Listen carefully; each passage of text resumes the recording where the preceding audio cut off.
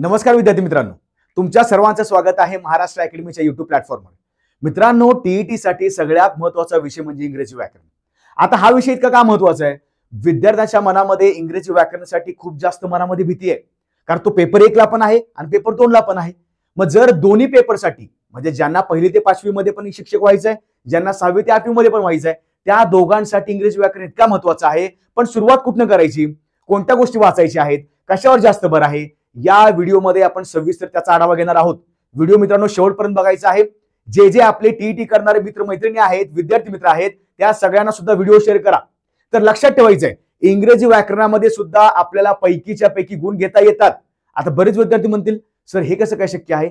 शक्य आहे, फक्त व्हिडिओ व्यवस्थित बघा। तर जर आपण विश्लेषण केलं, जर आगामी 60 दिवसामध्ये ज्या गोष्टी आपल्याला करायच्या आहेत, इंग्रजी व्याकरणामध्ये स्कोर चांगला आणायचा असेल, तर काही मोजक्याच गोष्टी चांगल्या करा, तुम्हाला त्याचा रिझल्ट सुद्धा चांगला भेटणार आहे। तर लक्षात ठेवायचंय, पैकीच्या पैकी आउट ऑफ मार्क्स कसे काढायचे आहेत, जास्तीत जास्त तुम्हाला मार्क्स काढावे लागतील, त्यासाठी इंग्रजीचे काही महत्त्वाचे सुद्धा टॉपिक करणं गरजेचं आहे। व्हिडिओ व्यवस्थित बघायचा आहे। चला सुरुवात करूया आपण। तर इंग्रजी व्याकरणामध्ये कोणत्या गोष्टी गरजेच्या आहेत? 23 नोव्हेंबरला आपली परीक्षा आहे आणि परीक्षेपूर्वी सगळ्या गोष्टी क्लिअर करून घेणं आमचं काम आहे। म्हणूनच सगळ्या महाराष्ट्रामध्ये माहितीच आहे की टीईटी बॅच द्रोणाचार्य आपण लॉन्च केलेली आहे। फक्त आणि फक्त महाराष्ट्र अकॅडमीच्या आपल्या ऍप्लिकेशनवर आहे, एकदा जाऊन पाहू शकता। आपल्या महाराष्ट्र अकॅडमीच्या ऍप्लिकेशनवर ही बॅच लॉन्च झालेली आहे, एकदा व्यवस्थित जाऊन पहा। त्याच्यात तुम्हाला सगळे लेक्चर्स भेटतील। काही लेक्चर्स आता अपलोड होण्याची क्रिया चालू आहे, काही लेक्चर्स आपण सध्या फ्री ठेवलेले आहेत। जे विद्यार्थी इच्छुक आहेत त्यांनी एकदा जाऊन नक्की बघा। बॅच आवडली तर घेऊ शकता, बॅच जर तुम्हाला नसेल पुढच्या आवडली, तुम्हाला 5 दिवसामध्ये तुमची फी तुम्हाला मिळाली जाईल। यशस्वी मार्गदर्शक याच्यामध्ये आहेत, तुम्ही तर पाहू शकता। सगळ्या शिक्षकांच्याकडे एक एक विषय दिलेला आहे आणि व्यवस्थित ते त्या विषयामधले तज्ञ आहेत। म्हणजे कुठला असा नाही की एखादा उचलून तुम्हाला शिकवायला लागलं। आलं का लक्षात? मग मराठी असेल, इंग्रजी असेल, बालमानसशास्त्र असेल, पर्यावरण अभ्यास असेल, सामाजिक शास्त्र असेल, गणित किंवा विज्ञान सुद्धा असेल, अशा व्यवस्थित प्रत्येक विषयाला तज्ञ मार्गदर्शक आहेत। एकदा जाऊन परिपूर्ण बॅच बघू शकता, पाहू शकता। आणि त्याचबरोबर लक्षात ठेवायचंय, आपल्या सगळ्याच मित्रमैत्रिणींना सांगत चला की महाराष्ट्र अकॅडमीच्या या ऍप्लिकेशनवर, या ऍप्लिकेशनला जाऊन एकदा व्हिजिट करा। द्रोणाचार्य टीईटी बॅच आपण नुकतीच लॉन्च केलेली आहे। आलं का लक्षात? चला मग सुरुवात करूया। जे आपल्याला आजच्या लेक्चरमध्ये पाहायचं आहे ते म्हणजे इंग्रजी व्याकरणाचं परिपूर्ण स्ट्रॅटेजी। कोणते घटक करायचे आहेत, कोणत्या घटकावर जास्त प्रश्न आहेत, असा सविस्तर आढावा आपण घेऊया। तर मित्रांनो बघायचंय, इंग्रजी व्याकरण हा जो विषय आहे, हा सर्वांनाच माहिती आहे की हा विषय पेपर 1 ला आणि पेपर 2 ला सुद्धा महत्त्वाचा आहे। म्हणजे पेपर 1 ला सुद्धा याच्यावर काही आहे, तर जवळपास 30 प्रश्न आहेत आणि पुन्हा त्याच्यावर 30 गुण आहेत। आणि लक्षात ठेवायचं मित्रांनो, तुम्हाला त्या 30 गुणांपैकी 18 मार्क पाडणं गरजेचं आहे। म्हणजे असं नाहीये की फॉर एक्झाम्पल मला मराठीला समजा 30 पैकी 20 पडले किंवा 30 पैकी 30 जरी पाडले आणि इंग्रजीला मी 30 पैकी 10 पाडले, तर त्याचा काही उपयोग नाहीये। तुम्हाला 60% म्हणजे लक्षात ठेवायचं, तुम्हाला 30 पैकी 18 मार्क काढणं गरजेचं आहे। दुसरी गोष्ट बघा, ज्यांना पेपर 2 सुद्धा द्यायचा आहे त्यांनी सुद्धा लक्षात ठेवायचं, पेपर 2 मध्ये सुद्धा इंग्रजी व्याकरण तेवढाच महत्वाचं आहे। मग आपण दोन्हीकडे बघितलं, पेपर 1 मध्ये बघितलं आणि पेपर 2 मध्ये सुद्धा बघितलं, इंग्रजी व्याकरण तुमचा कॉमन घटक आहे। म्हणजे लक्षात ठेवायचंय, ज्यांचं डीएड आणि बीएड दोन्ही झालं असेल किंवा ज्यांचं बीएड पूर्ण झालं असेल, त्यांना सुद्धा हे 2 घटक देता येतील, 2 पेपर व्यवस्थित देता येतील।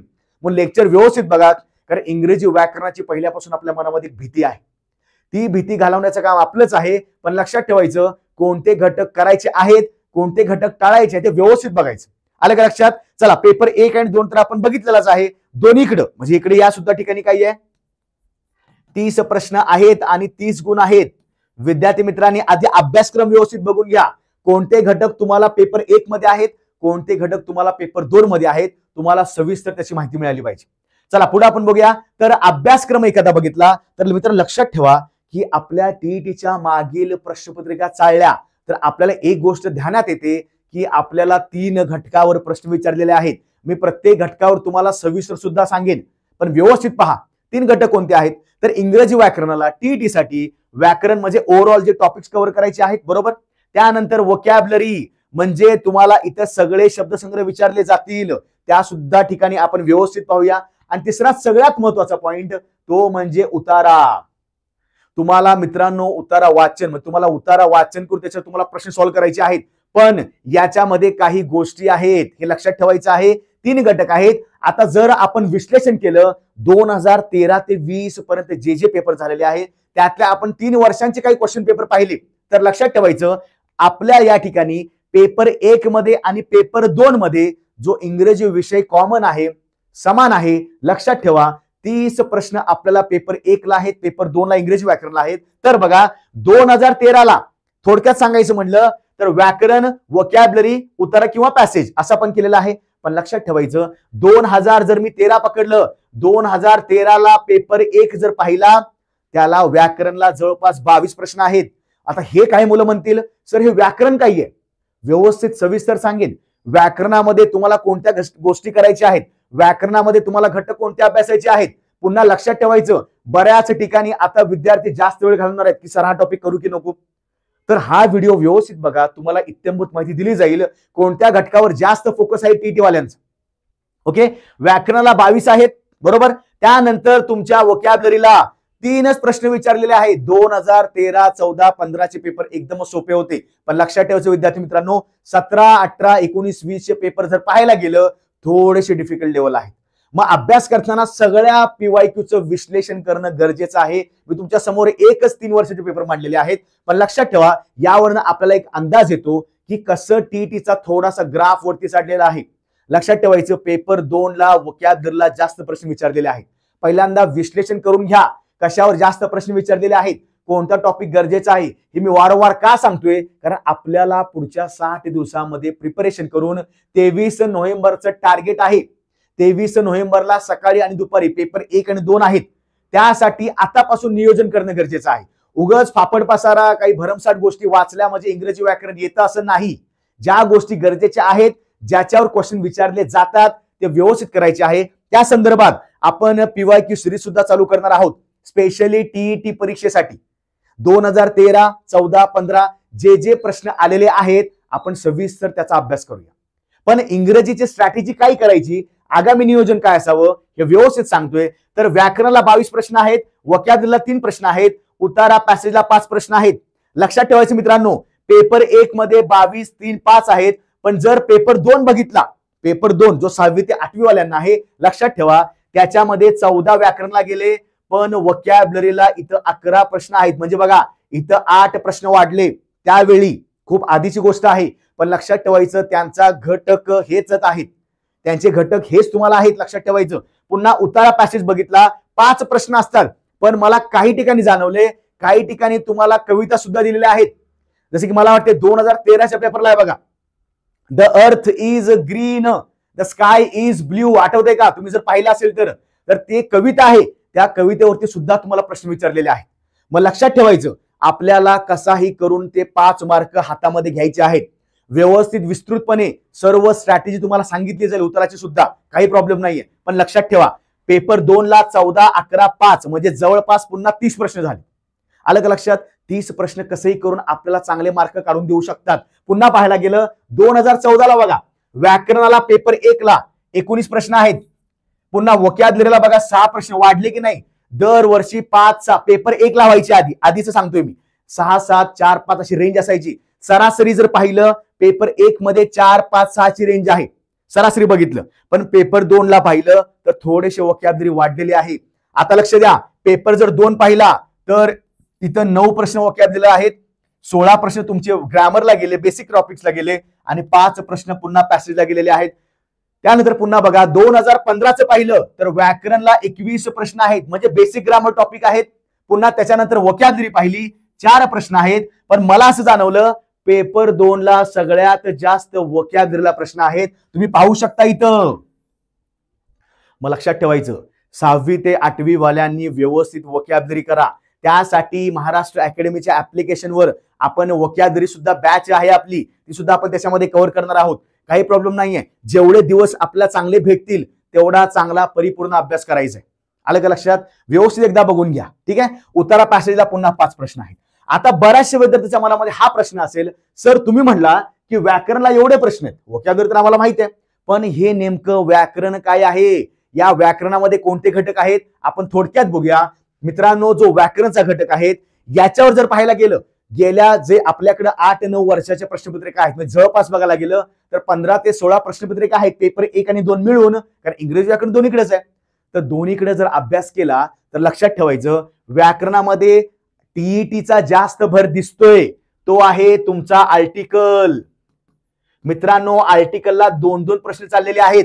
नसेल तर जाऊन एकदा पीवायक्यूचा तुमच्या लक्षात येईल, बरोबर का. त्यानंतर जर पुढचा टॉपिक बघितला तर शब्दांच्या 8 जाती आहेत, बरोबर. मग शब्दांच्या 8 जातीमध्ये तू जर टीईटीचं पाहिलं तर टीईटीवर किंवा टीईटी मध्ये जास्त भर कशावर आहेत. आता 8 जाती जनरलाइज करायच्याच आहेत, पण त्या लक्षात ठेवायच्या. 8 जाती करत असताना प्रामुख्यानं टीईटीचा भर जास्त आहे तो म्हणजे नाऊन, त्यानंतर ऍडजेक्टिव्ह, त्यानंतर वर्ब आणि प्रिपोजिशन. मित्रांनो, या 4 ज्या शब्दाच्या जाती आहेत त्याच्यावर टीईटीचा जास्त भर आहे. हे जास्त भर म्हणजे काय, त्याच्यावर सरासरी 3 प्रश्न चाललेले आहेत प्रत्येक घटका, म्हणजे प्रत्येक तुमच्या पेपरमध्ये. म्हणजे काय करायला लागेल, आपल्याला शब्दाच्या 8 जाती कराव्याच लागतील, पण जास्तीत जास्त भर आपल्याला नाऊनला, आर्टिकलला, प्रोनाऊनला, ऍडजेक्टिव्हला, वर्बला या ठिकाणी द्यायला लागेल. जिथं तुम्हाला जास्त भर द्यायचा आहे तर लक्षात ठेवायचं, आधी विश्लेषण करून घ्या. ते सुद्धा मी आता लेक्चर चालूच करेन, सिरीज सुद्धा आपण चालू करायची आहे, की जेणेकरून विद्यार्थ्यांना समजलं पाहिजे, जास्तीत जास्त आपण तिथे सॉल्व्ह करू शकतो. आलं का लक्षात. आता 8 जाती आहेत, यातल्या आपण 4 व्यवस्थित करायच्यात, कारण आपल्या मार्क्स सुटू पाहिजेत. आपल्याकडे दिवस कमी आहेत, वेळ चाललेला आहे. जेवढं तुम्ही चांगलं अभ्यास कराल आतापासून, म्हणजे एक्झाम ओरिएंटेड एवढे घटक इम्पॉर्टंट आहेत, तेवढा चांगला अभ्यास केला आपल्याला सुद्धा पैकीच्या पैकी मार्क मिळू शकतात. आलं लक्षात. आता पुढचा असा घटक आहे तो म्हणजे ग्रामर. तर ठीक आहे, शब्दाच्या 8 जाती झाल्या, आर्टिकल पण झालं, पण जर वेगळं काही बघायला गेलं तर क्वेश्चन टॅगला मित्रांनो प्रश्न आहेत. Fill in the blank with appropriate question tag, find out the question tag of the given sentence, put the question tag on the in the given sentence. बऱ्याच ठिकाणी क्वेश्चन टॅगला प्रश्न विचारलेले आहेत, म्हणजे क्वेश्चन टॅगचा प्रश्न फिक्सच आहे. मित्रांनो, काही पेपरमध्ये असं पण मला जाणवलं की 2 प्रश्न क्वेश्चन टॅगला गेलेले आहेत, 2-2 प्रश्न. म्हणजे बघा, जर मी 15 ते 20 प्रश्न जर माझ्या या ग्रामरवर पकडले तर मला कमीत कमी 12, 13, 14 मार्क पडू शकतात. एक्स्ट्रा अभ्यास चांगला केला, ग्रास्पिंग चांगलं झालं तर आपल्याला 30 पण जाऊ शकतो आपण. आलं का लक्षात. क्वेश्चन टॅगला 2 प्रश्न फिक्स आहेत. त्यानंतर असं एक जाणवलेलं आहे की जे अवांतर टॉपिक आहेत, फॉर एक्झाम्पल लक्षात ठेवायचं, टेन्स, त्यानंतर व्हॉइस, त्यानंतर स्पीच, बऱ्याच ठिकाणी प्रश्न विचारलेले आहेत. पुन्हा टाइप्स ऑफ सेंटेन्सेस, म्हणजेच काय, तर तुम्हाला दिलं जातं वाक्य, वाक्य ओळखा. पुन्हा क्लॉज, क्लॉजला सुद्धा क्वेश्चन विचारलेले आहेत. म्हणजे मला असं म्हणायचं आहे की जे महत्वाचे 12 ते 13 टॉपिक आहेत त्याच्यावर वारंवार प्रॅक्टिस करा. शब्दांच्या 8 जातीपैकी 4 चांगल्या करून घ्या. ज्या 4 आहेत त्या सुद्धा बघा. काय माहिती त्यावेळी विचारलं असतील 4, आता पुन्हा 4 वेगळ्या विचारतील. म्हणजे अभ्यास करताना पटपट घटक करून घ्यायचे, पण हे जे घटक सांगितलेले आहेत त्यांना विसरायचं नाही. आता मुद्दा असा आहे, क्लॉजेस म्हणजे क्लॉज, तुम्हाला उपवाक्याचा प्रकार ओळखायचा आहे. ते नामाचं उपवाक्य आहे म्हणजे नाउन क्लॉज आहे की ऍडजेक्टिव्ह आहे की ऍडवर्ब क्लॉज आहे. क्लॉजला प्रश्न वारंवार दिसत आहेत पीवायक्यू मध्ये.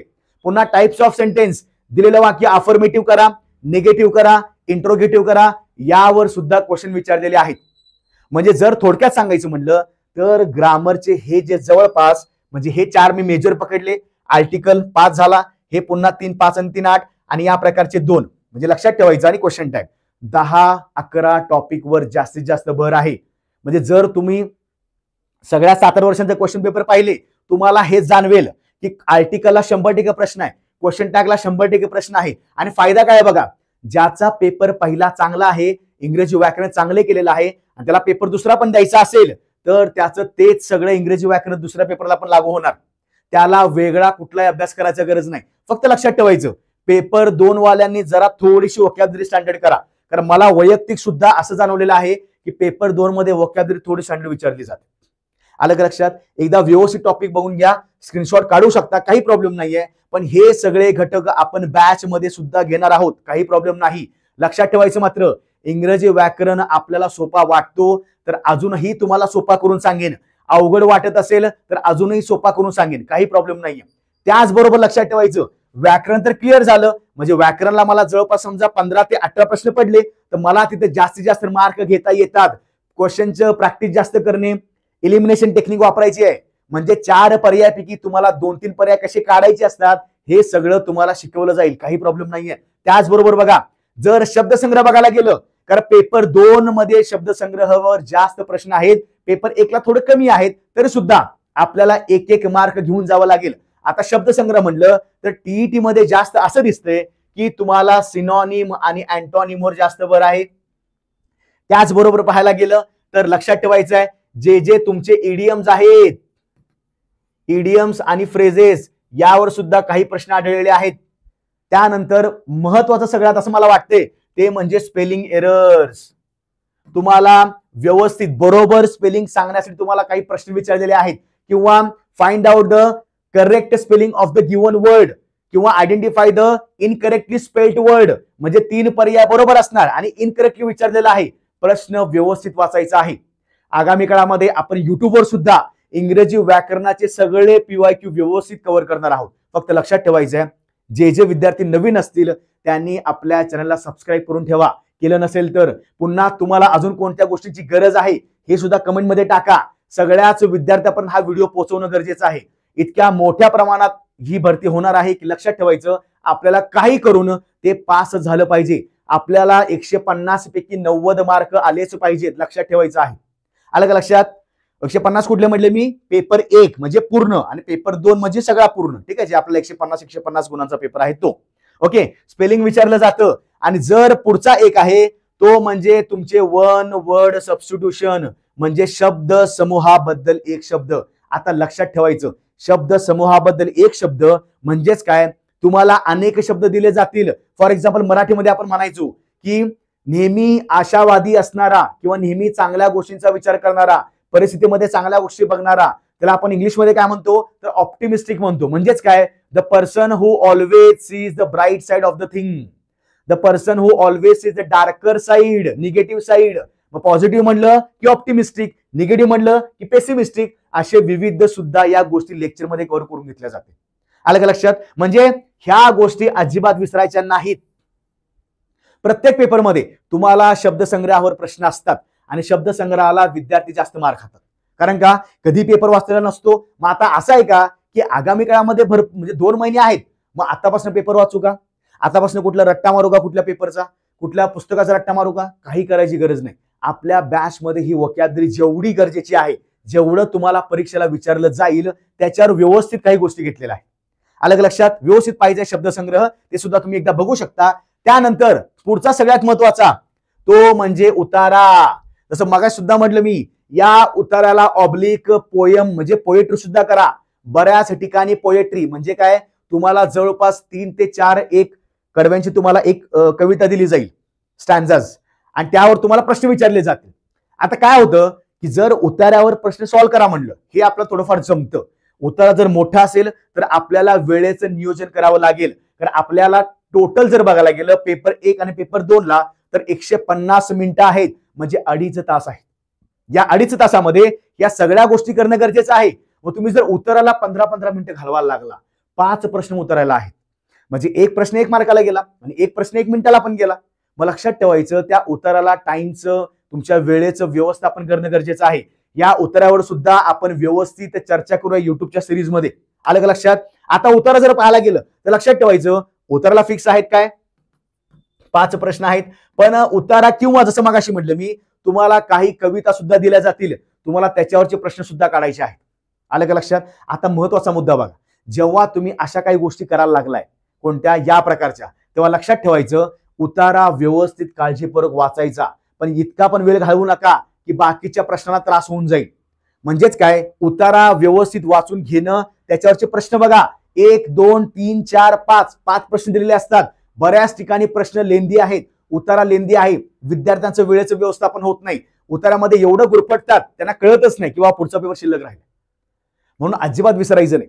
तसं बघायला गेलं सुरुवातीला मराठी असेल पेपर 1 मध्ये, पुन्हा इंग्रजी असेल भाग 2 मध्ये तुम्ही पुढे गेला. मग लक्षात ठेवा, आपल्याला अजून सुद्धा पुढे पेपर द्यायचा आहे. उतारावर एवढा सुद्धा वेळ घालवू नका. जर असं वाटत असेल उतारा थोडा लेंदी आहे तर पहिला बाकीचा पेपर कव्हर करून घ्या, पण उताराला सुद्धा जास्त मार्क काढता येतात. मुद्दा हाच आहे, तुम्हाला जास्तीत जास्त स्कोअर करायला भाग पाडणं. इंग्रजीला 30 पैकी 30 काढू शकता, पण मी अजूनही सांगते, ज्या घटकावर क्वेश्चन विचारलेले आहेत तो घटक व्यवस्थितच करा. त्याच्या सभोवती 1-2 घटक एक्स्ट्रा केले तरी चालतील. ज्या वोकॅब्युलरीला प्रश्न विचारलेले आहेत तुमची वोकॅब्युलरी स्टँडर्ड पाहिजे. वारंवार तुम्ही त्याच्यावर जास्त रिव्हिजन केली पाहिजे. त्याशिवाय शब्द लक्षात राहत नाहीत. त्याच्यामध्ये सगळ्या गोष्टी आल्या.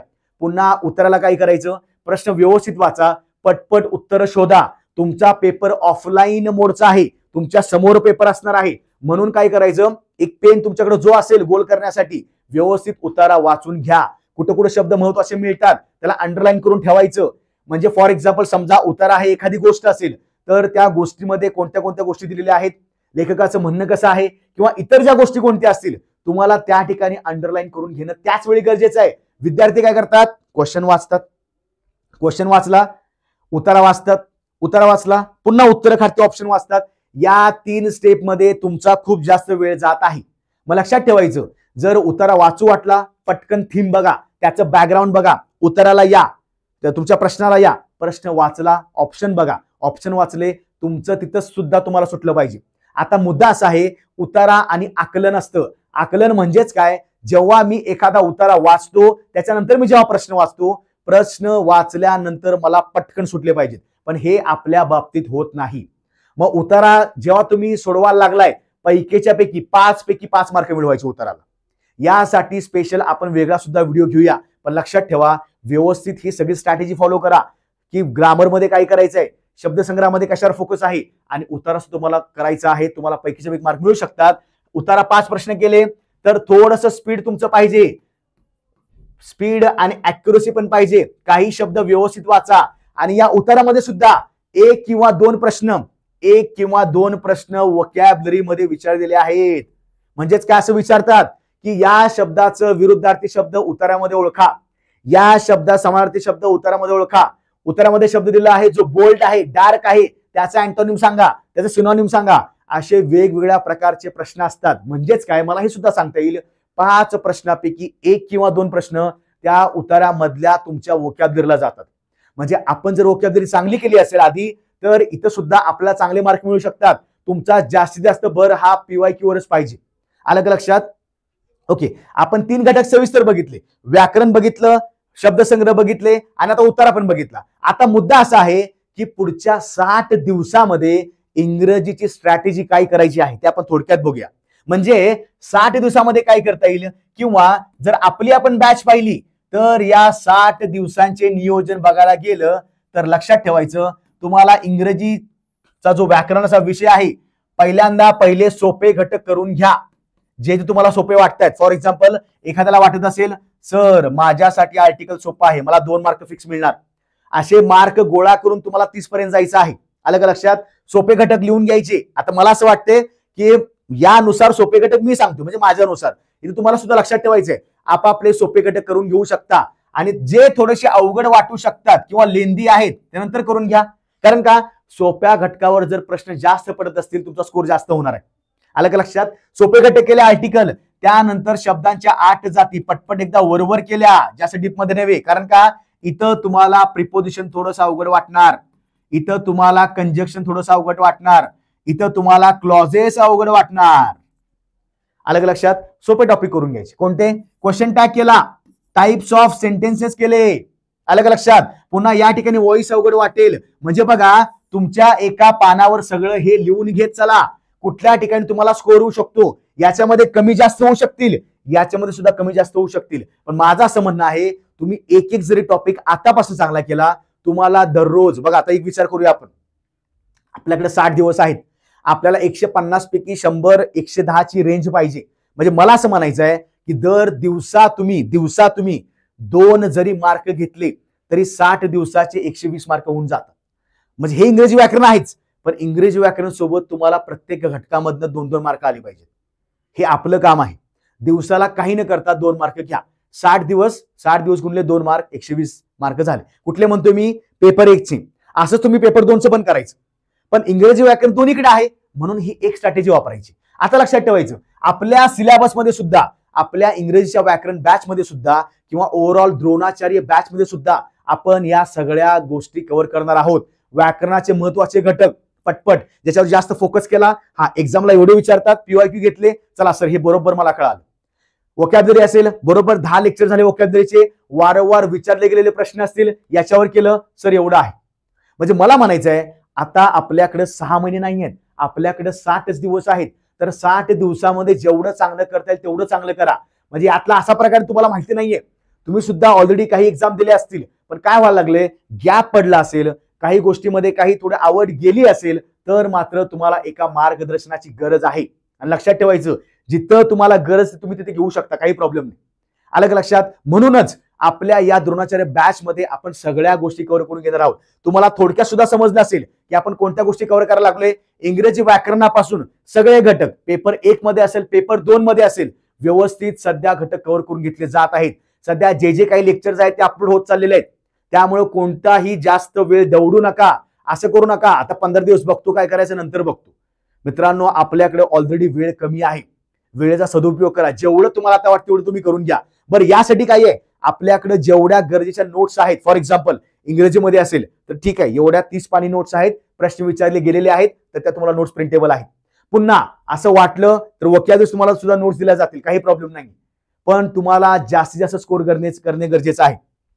आता जर पाहायला गेलं तर काही विद्यार्थी असे आहेत ज्यांना इंग्रजी व्याकरण सुरुवातीपासून अवघड जाते, त्यांच्यासाठी काय करायचं. तर काही विद्यार्थी असे आहेत ज्यांना 18 मार्क पाडणं सुद्धा मुश्किल होऊन जाईल. पण लक्षात ठेवायचं, 18 मार्क पडू शकतात. आपला स्वतःचा आत्मविश्वास इथं आणायचा आहे. तुम्हाला पडणार 100%. पण जर तुम्ही सांगितल्याप्रमाणे केलं तर सोपे घटक व्यवस्थित करून घ्या, अवघडला थोडासा वेळ द्या. आपल्या बॅचेस सुरू आहेत, काही प्रॉब्लेम नाहीये, तुम्हाला या सगळ्या गोष्टी कव्हर करून घेतल्या जातील. पण जर तुम्ही अजूनही जास्त वेळ घालवत बसला तर मात्र शेवटच्या 15 दिवसामध्ये, शेवटच्या 20 दिवसामध्ये फास्ट ट्रॅक टाईपच्या बॅच मध्ये सगळं कव्हर होत नसतं. आता वेळ आहे तर एका महिन्यामध्ये आपण सगळं कव्हर करून घेऊ शकतो. पुढच्या 40 दिवस, जेणेकरून काय होईल, त्याच्यानंतरच्या 10 दिवसामध्ये फक्त सराव, उजळणी आणि टेस्ट तुम्हाला दिल्या जाते.